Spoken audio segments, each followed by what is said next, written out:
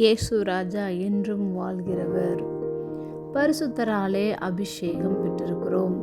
1 யோவான் 2 அதிகாரம் 20வது வசனம். நீங்கள் பரிசுத்தராலே அபிஷேகம் பெற்று சகலத்தையும் அறிந்திருக்கிறீர்கள். நமக்கென்று ஒரு அதிகாரம் கொடுக்கப்பட்டால் நாம் அதனை பயன்படுத்தி அதற்கேற்றபடி காரியங்களை செய்வதுண்டு. பரிசுத்த ஆவியானவர் நமக்கென்று கொடுக்கப்பட்ட பெரிய சொத்தாகும்.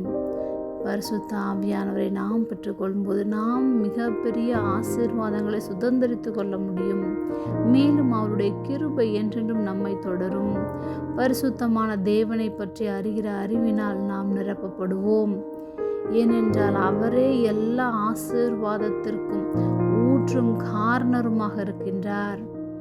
தேவ பிரசன்னத்தில் அமர்ந்திருந்து ஆவியில் நிறைந்து ஜெபிக்கும் போது நிச்சயமாக நாம் பல வெளிப்பாடுகளை தேவனிடத்திலிருந்து பெற்றுக்கொள்ள முடியும்.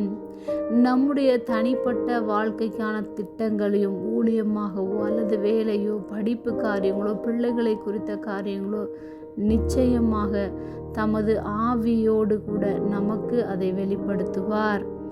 தீராத பிரச்சனைகளுக்கு தீர்வை கொடுக்கிறவர். பரிசுத்த ஆவியானவராலே நாம் அபிஷேகம் பண்ணப்பட்டோம் என்றால் இந்த உலகத்தின் இச்சைகளுக்கும் அசுத்தங்களுக்கும் நாம் தப்பி தேவனுக்கென்று அவராலே சகலத்தையும் அறிந்து கொள்ளுகின்ற அந்த அறிவை பெற்று வாழ முடியும். ஜெபம். அன்பின் பரம தகப்பனே, எப்பொழுதும் எங்களோடு கூட இருக்கிறவராகவே இருக்கிறவரே, பரிசுத்தராலே நாங்கள் அபிஷேகம் பெற்றுக்கொண்டதற்காக நாங்கள் நன்றி செலுத்துகிறோம். இயேசுவின் நாமத்தில் பிதாவே, ஆமென்.